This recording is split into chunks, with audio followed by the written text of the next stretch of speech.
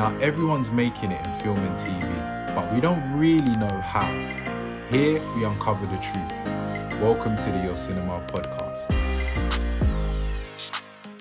Welcome to the Your Cinema podcast today. It's the place where we explore the truth about the film and TV industry and theatre, and we hear it directly from those who are smashing it in their areas. Our guest today, now, you guys all know him. He's got 2 hit series under his belt, both of which are on Netflix now. Both of which also give us a great insight into different aspects of our culture, as well as him being in a number of critically acclaimed shorts. Today, I also realized that he's actually been acting for over a decade, which is huge. And really, he's still only getting started, in my opinion. I introduced to you Malcolm Kamulete. What's going on, bro? How are you? Thank you for having me, man. Thank you for having me. I'm good. I'm good. How are you, man? I am good, I'm good. Over the Christmas break, I caught up on Champion, right? I should have seen it when it first came out, but I was Nah, no catching up. stress. Everyone's gonna get around to it when they get around to it, man. That's the thing That. about TV series, I believe. Anyway, I feel like there's Mm. always like a dry period, and then everyone's just like, oh, let's see what's going on with this. So yeah, That's it. everyone's gonna get Yeah, around to it. that's what happened. Thank you. Yes, I feel a lot better. Yeah. But But no, do you know what? It surprised me a lot. I'll touch on it later, but I think in the lead up to that, right? I'm gonna start because everyone knows, yeah, cool, you were in Top Boy and it was amazing. Um, I want to pick up from the end of like season 2, right? Like, I want to know, like, just to start off with, like, where were you at, like, personally, maybe career wise, in that time and period. Just after season two, I feel like we touched on it quite a little bit before we started this, but I Yeah. feel like around that period I was obviously in college still, so I was in the process of Man. so I was in the process of finishing basically a sports science diploma, so I was kind Mhm. of following that pathway as well as keeping my options open. So it was a bit of both, like still dabbling. Obviously, I was always a footballer. This Mm. is like nothing new to anybody that knows me. So I was always a footballer from young. That was like my main thing. And that was in the area I was from, everyone was kind of like the same. Like we're all trying to be ballers or whatever, rappers or whatever the case may be. Yeah. So like playing football, like writing music and these type of things was always something that I did as a kid and I followed. So Mm. that was kind of where my head was at. Acting was more like I enjoyed drama in school and things of that nature. So it stumbled across my lap rather than me kind of seeking it. And obviously it's a great thing that it has done that. Do you know what I mean? But at the time I was in college finishing my diploma. So it was a bit of like a kerfuffle because I think in the beginning it was more so a case of just having a lack of information, if that makes sense. It was like Yes. I did season one, and it was a brilliant season, of course, and a brilliant experience to be in that season. But a lot of the times, uh, obviously to my detriment, I wouldn't seek information, but I wouldn't know that this is something I need to be doing. Or when I'm having conversations with people, it's not really like it's more like we're just bantering or whatever the case may be. I'm young, do you know what I mean? Like I'm 14 Yeah. at the time, so like my headspace is quite immature. It's not really in the space of let me network and let me leave with like your number and like, do you know what I mean? I weren't really like that. I weren't that way inclined. I was just more so like having fun with it, doing what I needed to do. Do you know what I mean? And Mm. over time, it was more so like complimentary rather than like information. It was like you're a great actor, you know, or you're really good at what you do, and you should make sure you carry on doing this. And it was not. It was more of that and less of you need this and you should really get this, or have you thought about having this? And obviously I understand that information is a transferable thing. It's like transactional. Sorry, I understand Mm. information is transactional. I understand obviously if you don't know, you ask and all these type of things, but um putting myself in my shoes back then, I don't think I was armed with like that information to know to do that. So I Yeah. just think it was just both sides kind of the way they both played in hand of like not having information given to me and also not asking for information. I guess just left me in a place of like not knowing what to do after. So Mm. I think I just went about my business, still kind of following like the pathway of sports and understanding if something like this comes along again, then of course I'm all ears. Do you know what I mean? But I think to give a bit of context, Top Boy obviously come across my lap because my drama teacher at the time, Marnie Crimble, God bless her, had given us the open audition to go to Top Boy, and she really thought we was good actors at the time, and she she trusted us. So she was like, yeah, this would be a good opportunity for you guys to get your face on the map if one of you happened to get a role. Do you know what I mean? It was just like a shot in the dark, and it happened to, I guess 6 months later, with the process happening, it happened to give me the role. And it was also like, I guess that expectancy, like almost, oh, this is how it happens, isn't it? So like the next time, I guess there's just gonna be another open audition, and like I'm just gonna. So it's like all of those things meshing together just led me in like a place of like, okay, just keep doing what I was doing, and hopefully another something comes along. Do you know what I mean? So I don't think I ever had like the information to know how to move forward, etc. So yeah, I guess being in college at the time, I was still just following that, just like, okay, see True. what happens after this, and like let's just finish this. And once I finished college, I've got a brilliant mum, of course, who was telling me, look, I think you should get an agent. Do you know what I mean? So now she's giving me information like I'm not even kind of privy to. So I'm like, oh, you know what? Let me actually start seeing what this is about and whatnot. And I ended up being in my gap year of like deciding whether I'm going to university or gonna get an agent. And then like we just kind of made a decision together. Like I'm gonna go seek an agent. I'd rather do that than go to uni, because I just don't think it's gonna offer me anything that I need right now, especially where I'm going towards. And that was where like the initial light bulb clicked, where it's like, okay, cool, information. So that was my information era.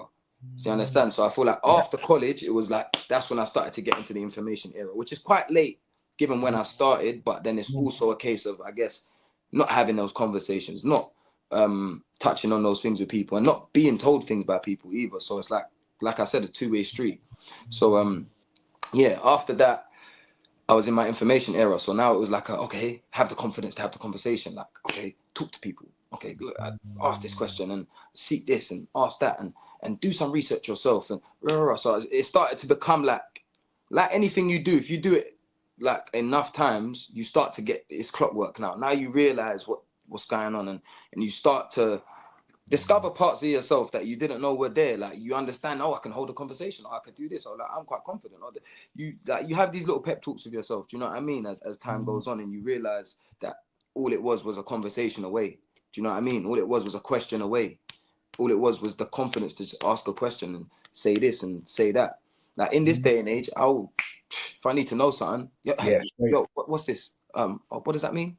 Like, I don't care. I'll ask any question because I'd rather learn than pretend to know, or like act like I know it all, or act like I don't need any more knowledge. Of course, you always need knowledge. Do you know what I mean? But yeah, I kind of got more in the information era, and with that, being armed with that, I obviously got with an agency, Mm. which was quite boutique at the time, and my personal experience at the agency wasn't wasn't great, but to my expectations at the time, I didn't know what great was. Do you understand? So I think it Okay. was more like for instance, actors will know what I'm saying. Maybe I'll get like a tape or two tapes maybe every other month, and that's ridiculous. But to an actor who doesn't know that, that's sounding like, oh, like, so when I'm telling my brethren, like, are you sure you're at the right place and all this type of stuff, and it's casting doubt and things are happening where it's like, oh, but then you're just still kind of like, you're in your early, you've got information, but it's only so much. So it's like I'm not knowing who to jump ship to or who to look towards as like a stepping stone and all this type of stuff. I know who my bucket list are, but they seem so far fetched at this point. Do you know what I mean? So Yeah. um it's like just trying to find, I guess, the confidence to be like, leave this situation, Yeah. especially when it was so hard to find in the first place. Do you know what I mean? So it was a catch-22 of like being somewhere that it was like almost like a toxic relationship, isn't it? Like being somewhere where you know it ain't good for you, but you're still holding on and you're still like, it was kind of like that. So I was in that with this said agency, and like Yeah. it just became a thing where I just knew that to take the next step to actually do what I was like, I now believe is my purpose, Mm. I need to actually leave this place. So I actually did a 5-year stint with that agency. So it was like from after college till about maybe 2018, 2019. So it was weird that I was in the industry, but because of the lack of opportunities that were coming my way, and the lack of like being able to push me the way I should have been pushed, I believe, Yeah. and things of that nature, and being in like such a boutique place that didn't, I guess, have the connections that a major would have. Yeah. I just was basically in a bit of like a, I guess, a shrubbery. Like I was just in a bit of like a purgatory. Do you know what I mean? Yeah. So people ask, where have you been? Like, where have you been? I was always there. It was just like I wasn't being considered because I weren't in the right places, in the right rooms. Do you know what I mean? So, like I said again, it was like another thing of like, it's just one step away. It's one something away. Do you know what I mean? So I always arm myself with that, knowing that was always like the confidence booster for me to kind of know like, okay, keep going. But what had happened now is after like the 5-year stint I'd left that agency, I finally found the confidence to like, yo, you know what, this is it, like I got to do this. So Yeah. I left the agency, but not to my knowledge, obviously lockdown and then like COVID and all this type of stuff had ended up happening maybe like 2 months after that.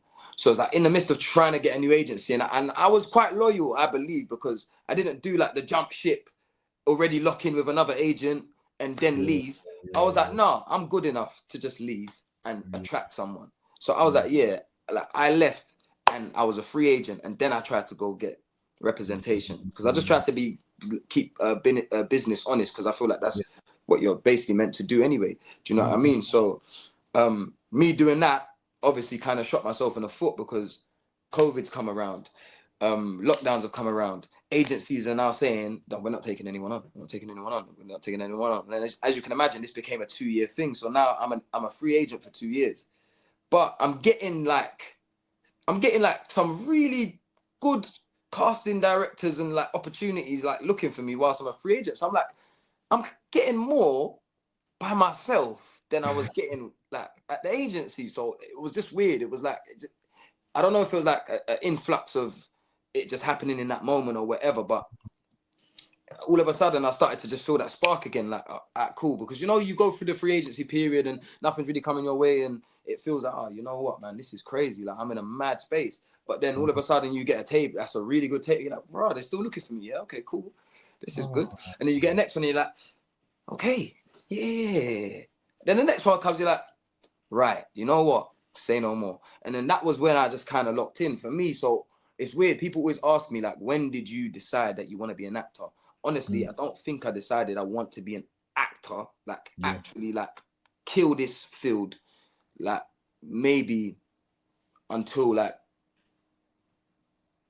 2021 or something like that. So I've been doing this for well over 10 years, but Mm, half of my career was like misinformation or lack of information.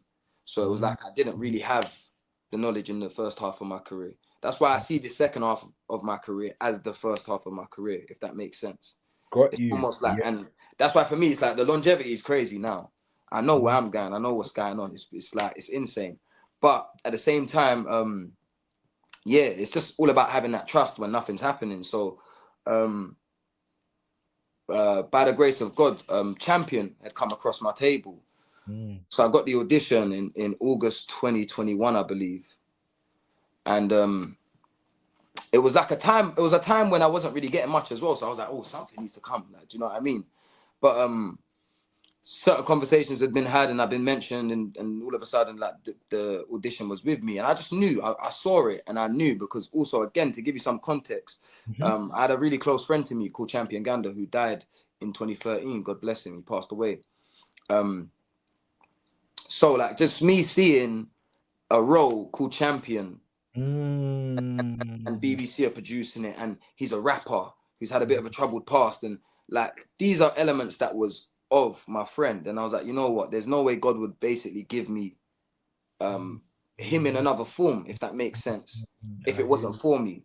So me, I called my mum, me confident as hell, like just with the tape. I ain't even done it yet, I ain't even shot it. I called my mum, I said to my mum, listen, I think I'm back.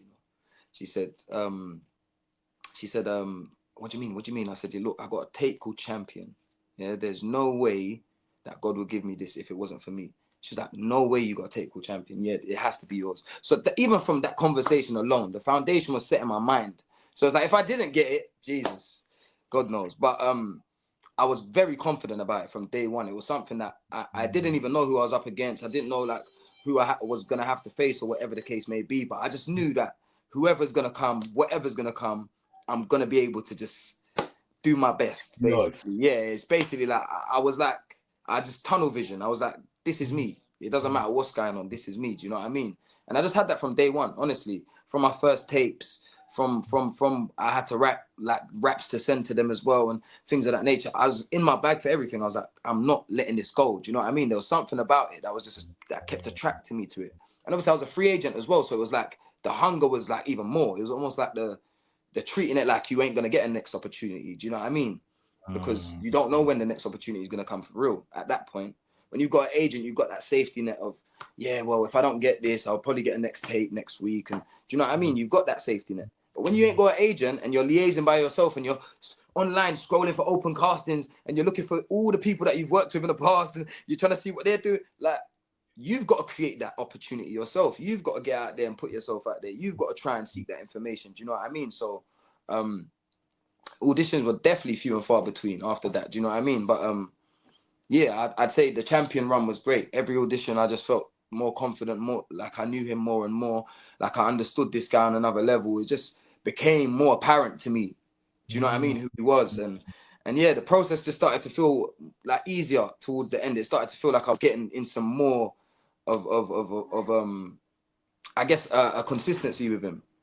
So yeah, Okay. ended up Yeah. getting the role in December, which I think was about August, September, October, November. So 5 months later. So ended up getting the role. 5 month process. It was quite a strenuous process because there was like quiet periods and there was times where you wouldn't hear from people and then all of a sudden like, yeah, like they popped up and they're like back again. You're like, okay, cool, I'm still in the runnings. Do you know what I mean? So it was quite a strenuous but amazing period because you felt the family elements before we even got into the process of casting. Do you know what I mean? You felt all of that. You felt you was creating a bond with people before you even started rolling. The cameras started rolling, and that was really interesting for me. And that was really important for what the foundations of it was. Because even now, it's flying really high. It's doing really well. We're top 10 in the UK and Netflix. We're top 2 in Jamaica. Like we're doing really good numbers. And I think that's also just a testament to how well we bonded and how much of a family unit we created beforehand. Like if you look, you can see me and my brother Mehmet. Yep. This is Yep. in my Yep. mother's house. So you know it's real when you're in my mother's house. So it's like, you know what I mean? It's like the bond was amazing between us and we were able to create something special, something that I can say will definitely last forever in my heart, in my mind, in my soul. And yeah, give us the season 2. Give us the season 2. You know what I'm saying? Netflix, BBC, chat to us, man. We deserve it. I love that. I Come on, love come that. on, come on. We got a promo. But yeah, honestly, the process was amazing, and then to get the role in December just topped it off. It was brilliant, and then um, I was able to take that leverage and seek an agent and seek meetings and seek possibilities of like getting out of this free agency now. Do you know what I mean? Now that I've got something under my belt, let me see what I can do with it. Do you know what I mean? And by the grace of God, I ended up signing with Independent Talent. Come Brilliant on. agency, and I'm glad to be a part of this family, amazing family. And to be fair, it was my bucket list agency from when I was telling you I had a bucket list in college. Independent was up there with like Troika and stuff Yeah. like that when they were still an agency and things of that nature. But Independent was number one because every time I'd like Google who's the best agency, who's the best, it'd be like Independent. So I'm like, okay, that's where I need to get. Do you know what I mean? So it was always in the back of my mind to want to be a part of this family and getting the opportunity to be a part of this family with an agent who understands me and already knew kind of where he saw me and mapped out everything. It was just a brilliant move for me. It just felt like it was home for me already. Do you know what I mean? So yeah, just being there, it's amazing. So yeah, I managed to do that, turn over the leaf now. Now I've got representation and a role. So it's almost like things are starting to get into motion now. We're getting where I believe we should have been a long time ago. Do you know what I mean? So it becomes that constant belief now. It's not just a day-to-day thing. It's unwavering. It's like every minute. Yeah, we believe in ourselves every minute now. So now we're in this process of now waiting to shoot the thing. You know how it is. You get the role now, waiting for production to happen. Oh, there's that 4 or 5 month gap where you're like, just want this to start tomorrow. Do you know what I mean? And then yeah, like for me, the process of being in the actual film world again, if you like, and on set and Yeah. stuff, it took me a minute. Like the first 2 weeks, I was kind of just like, okay, and then it just clicked one day. I was like, okay, we're back, literally. And yeah, it's Mm. just haven't really turned my back on it since. It's just been the same. I've just been approaching everything I've done, all the short films after that. We've just been approaching it with greatness. Anything I've basically touched since, it's just had a consistent layer of trust in myself. So I just understand now what I am, who I am, where I need to be, what I need to be doing. And I think that's just improved me a lot all around as a person. It's improved my skills. It's improved the way I communicate. It's improved the way I see things. It's just improved a lot about my craft. And I'm a very, very I feel like I'm a very attention to detail type of person. I'm Okay. very observant in that way, where I will criticize myself to the limit. Do you know what I mean? I'm my biggest Mm. critic. No one's gonna criticize me more than me. Do you know what I mean? Nobody. So Mm. I feel like I always look for the fine print in everything. I always try to refine things and make them, like, you could say it's perfectionism if you like, but I don't like Mm. to use that word. But I feel like it's almost something in and around. Do you know what I mean? But Yeah. yeah, the process has been excellent. Um, Ended up shooting Champion, brilliant process, with what I would consider my forever family. It was Mm. amazing. Every day of it was amazing. Being on that set, being around those people, just like, yeah, just I even if can I see reminisce it. now, it's crazy. There were so many good days on that set. It was unreal. Mm. Just, yeah, we need to get that season 2. For real. I'm gonna say it again. This is the second season 2 name drop. We need to get that season 2 because that set is brilliant. But I think it shows, honestly. Everyone watching it, I think it shows, honestly. It just shows how vibrant and amazing it was to film it and to be a part of that. And yeah, it's given me like a new lease of life and in, I guess, in the film world again. And it's kind of like give me that re-entry because I feel like great. I did Top Boy as a kid, and Mm-hmm. that was brilliant. And that role will forever be a legendary role. Renell Yeah. Smith is gone, he's gone down in history. Do you know what I mean? But Mhm. also, it's also that re-emergence. I've been in a few shorts, and cool, you've seen me like in a more adult form Yeah. in I guess smaller projects, but in my Yeah. mind it was always like I need to come back as the adult in something major. So it Mm. just, yeah, Mm. man, it just all went hand in hand. And also like me just being somebody who proactively does music and Mhm. stumbling across a role that is asking me to do music, it was amazing for me. Like I was just touching on both of my talents. I'm like, yeah, this is me. Do you know what I mean? So yeah, the process, everything about it, the aftermath, the reviews, everything is well deserved. Honestly, everything's Mm. well deserved. And yeah, I had a That's brilliant PR campaign off the back of it and things of that mm. nature. So yeah, it's just done wonders for me. And here we are, a year and a half later, Mobile nominee, GQ Man of the Year, and yeah, the list is endless. We just keep going, man. Honestly, and that's all by the grace of God. This is, do you know what? This is like, yeah, I like what you said about the re-emergence and that quiet period just before this is all kicked off for you again. I found it quite interesting where you were talking about like Champion came around when you didn't have an agent, right? So like how were you like negotiating or navigating those conversations? So where I tried to be smart about what I was doing with myself Yeah. is I said to myself, if I do get this role, I need to at least make sure by the time it's hit the negotiation room, I have representation. I So got like whether that be a lawyer you. I or got or, you. or an actual agent, Yeah. somebody's got to be there. Do you know what I mean? So that was just like my thinking, and obviously what was good for me at the time was that negotiations actually take quite long to start. So I Yeah. got the role in December, but I don't think they was negotiating until like maybe February. Do you know what I I got mean?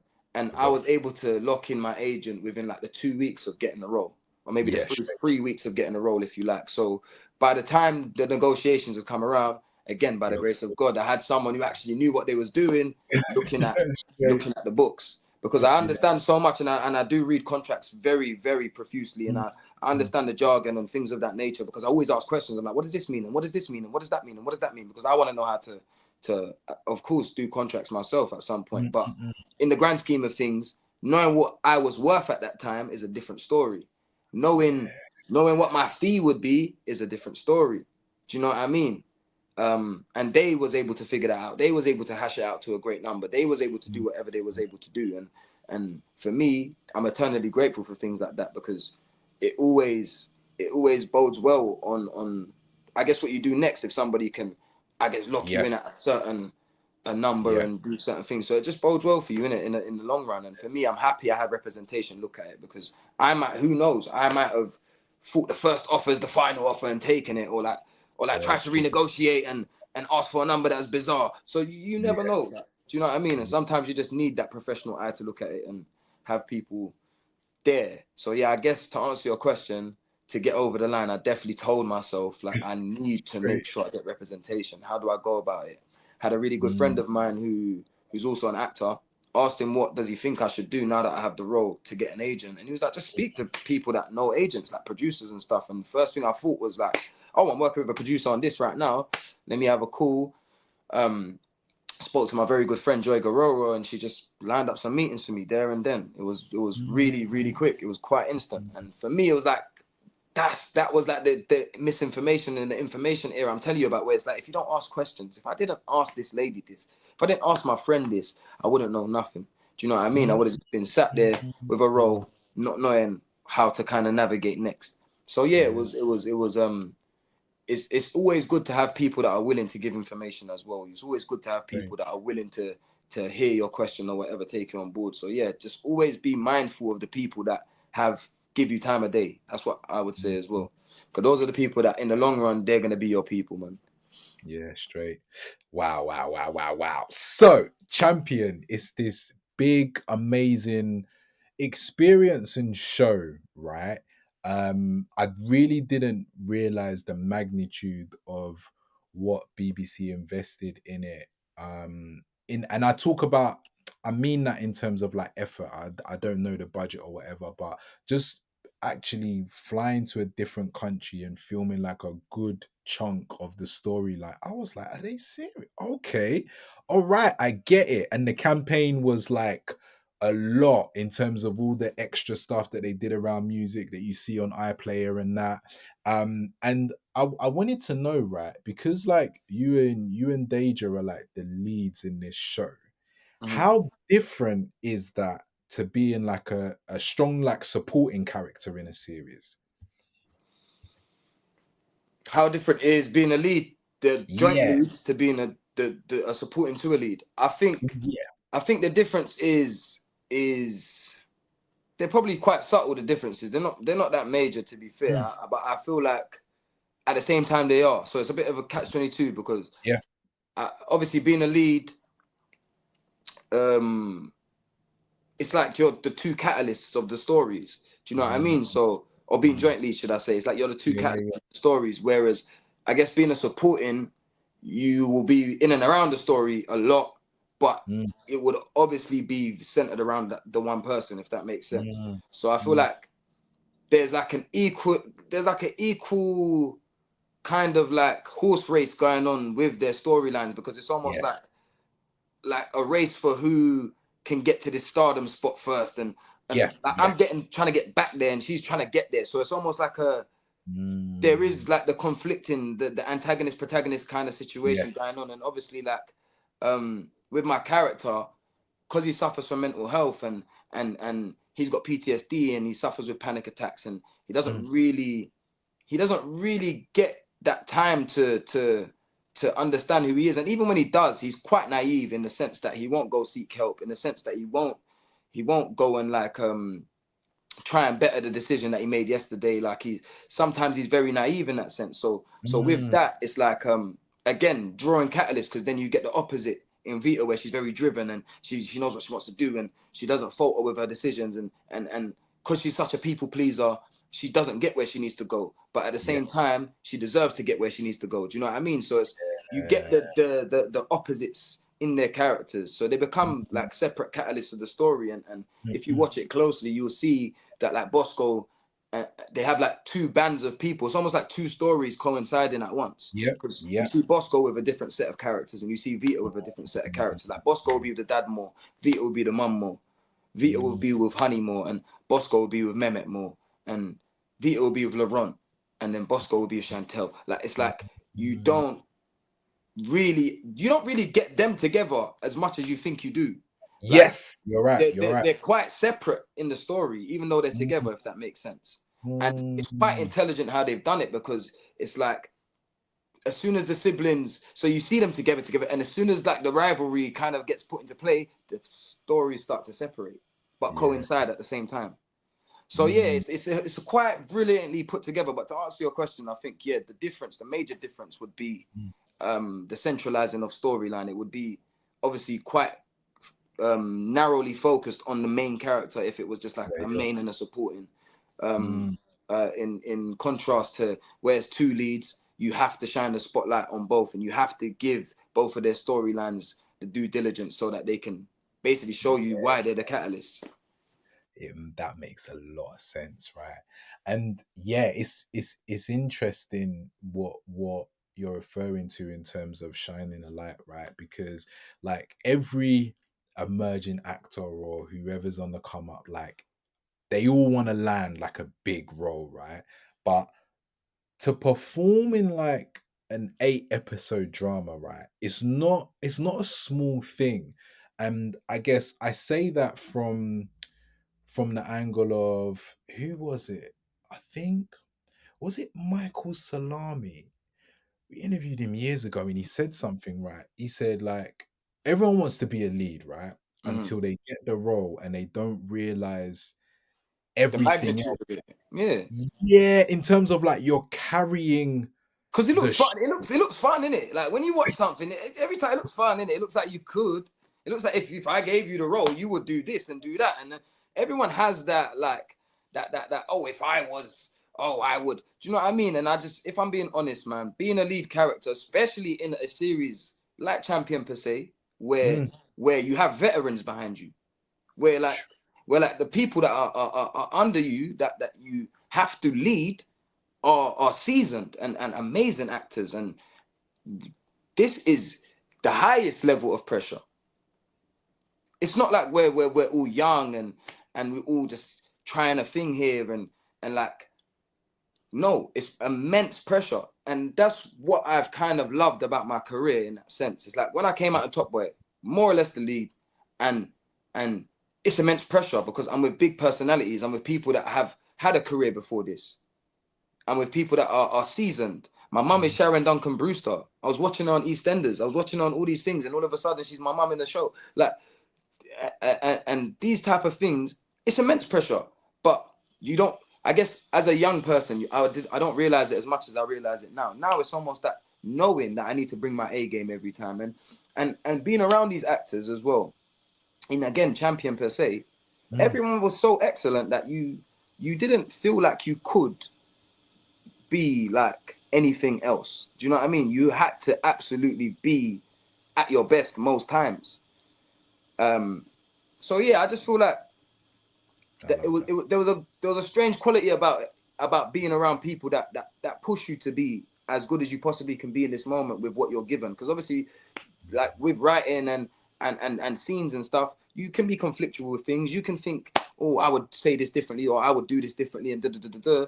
But overall, like what you're being asked to do wins, isn't it? That's what rules. So it's like there's only so much you can do with what you're given. Yeah, Yeah. that's what I see in every actor. But Mm. it's about how much you can do with it. Even if there's only so much, what can you do with it? Do you know what I mean? So I think yeah, And it's can you put that interesting. into It's context? Can you interesting. put that into context in terms of you can only do what you can do with what you've been given? So it's like, okay, cool. To give you context, if I'm given a scene and I read the scene and I interpret it differently to what's on the page, or I read the scene and I interpret the emotion of what I'm being asked to do to a different emotion, and I would really like to do that emotion, I'm sure they'll give me a take or two to do my part or my version of it, definitely. But initially it would be the conflictual nature of this is how you're going to do it and da da da. But even in my mind, knowing, okay, but I wouldn't do it like this, but all right. Do you know what I mean? So that's more so what I mean. Like, you always are conflicted like that as an actor, because you will read differently.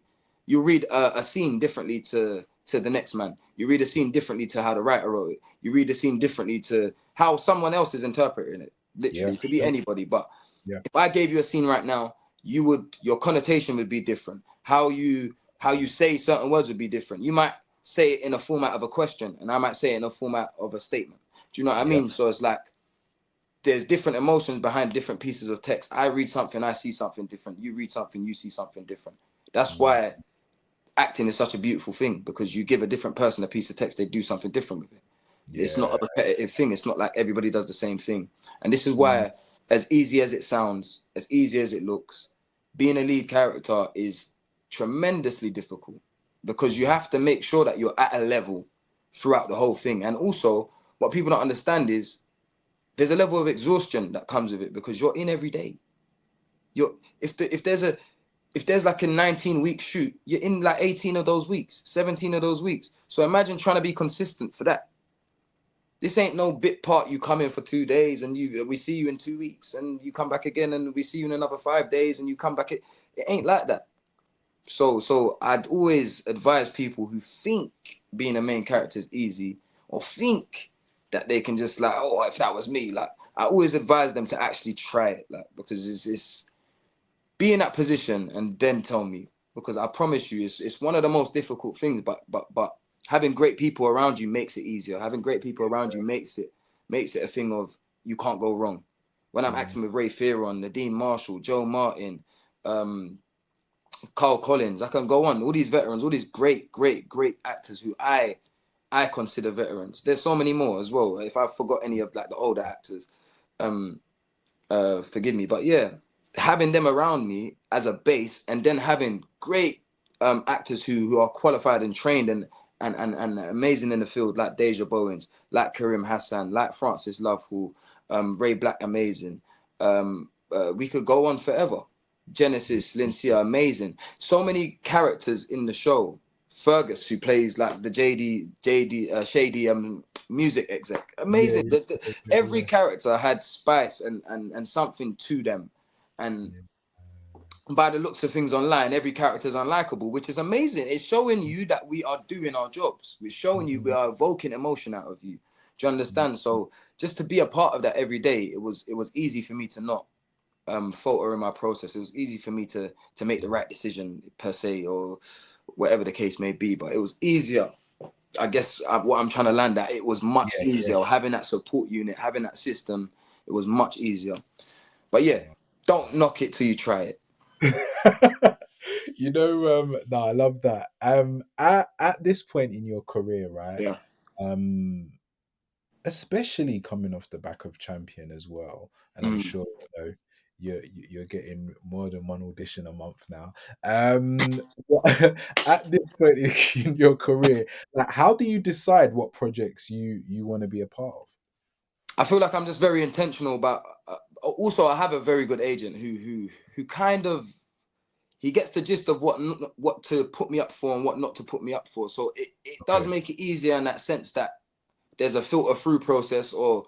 or if he feels like something's not right for me, he'll disclaimer it and be like, I don't think you should, but like, it's coming for you, or whatever the case may be. So I feel like I have a great agent in that sense, that he's not just grabbing whatever comes his way and like throwing it towards me just cause. Do you know what I mean? We're in a place where we've had in-depth conversations about where I want to be and what I want to do and what type of projects I want to be attracted to, and it seems as if that I'm getting filtered through the right things. So Mhm. Mhm. more often than not, I kind of decide just based on my internal feelings about things, how I'm feeling at the time, things of that nature. Does it align with my core beliefs? Is Mhm. is it is it not aligning with my core beliefs? Things of that nature. Because I'm not going to take a project that I don't believe in. I'm not going to Yeah. take a project that I don't like the script of. I'm not going to take a project that I don't think is well written, just because of like a bit of change or whatever the case may be. Because that's not me anyway. I don't really Mhm. do things for the love of money. I know money is very important, but it's not something I die on a hill for. Do you know what I Mhm. mean? So me personally, I'm very intentional about quality work. I'm intentional about doing things that speak volumes to me, because that's what brings out my best pieces of work. And if not, and if it's not that, I just genuinely have to believe in it. Because I was doing all these kind of like, oh yeah, I'll do you a favor, I'll do you a solid one, and I'll get in your YouTube short, and I'll do this. And I was doing those ones because genuinely I had love for the person, or it would be like I respect what you are doing. Actually, this is actually a really good idea, and da da da da da. But at a point, people will see that and say, okay, you're available for this, and can I get you up for this? And now you have to start making decisions, because you can't say yes to everything, you can't okay everything, you can't be in everything, and also like the decisions you make today will affect you later. So it's like you've got to be mindful of that. You've got to be mindful that this is a field that is quick to put you in a box. So you've got to be mindful of that. So you've got to tell yourself, oh, how many of these roles have I done? How many of them roles have I done? How many of these? Okay, cool. If I'm doing too many of these, okay, I need to lean back on that and then start going to more. So it's like self-discipline, I think, and just learning to say no will improve your life generally. Anyway, like it would just improve your life. Because I feel like if you're a person that just can't say no, you're always going to end up in predicaments, whether you like it or not. So I think, yeah, it's empowering learning to say no, because sometimes you want to take something just for the sake of it. Sometimes you want to do that. But I think if you really trust that you make quality work, and you trust you're able to do that, um, you're not going to want anything less than that at a certain point, after you've kind of been around and dipped your toe in certain ponds, and you know what's for you and what's not for you. So I've done that. I've done my fair share of not saying no, if you like, Yeah, I hear you. I to hear get you. to this point of like, yo, nah. Mm. So No, yeah, no, that's good. That's good. That's good that you're at that point, man. Femi Ogun's, John Boyega's agent, right? He said that it's important to know what you want from the industry because it yeah, doesn't love you. 100%. Um, what would you say that you want from the industry at this point? I want notoriety more than fame or money or anything. I want notoriety. I want people to be able to associate my name with sheer greatness. I want people to be able to associate my name with good performances. Like when you mention a Denzel, when you mention a Tom Hardy, when you mention Leonardo DiCaprio or Mm, Scorsese or whatever. All you attach to these people, when it comes to, well, I don't know about the outside life, but when it comes to film, all you attach to these people is great projects. And I could go on. There's so many more actors I could go on about. Like, even if we're talking over here, there's Stephen Graham and all these types of brilliant actors. Do you know what I mean? Nicholas Pinnock. There's so many actors I look up to. Um, that yeah, for me, when you say their names, you associate it with good things. Do you know what I mean? yeah, straight. And so that's kind of what I've set out to do.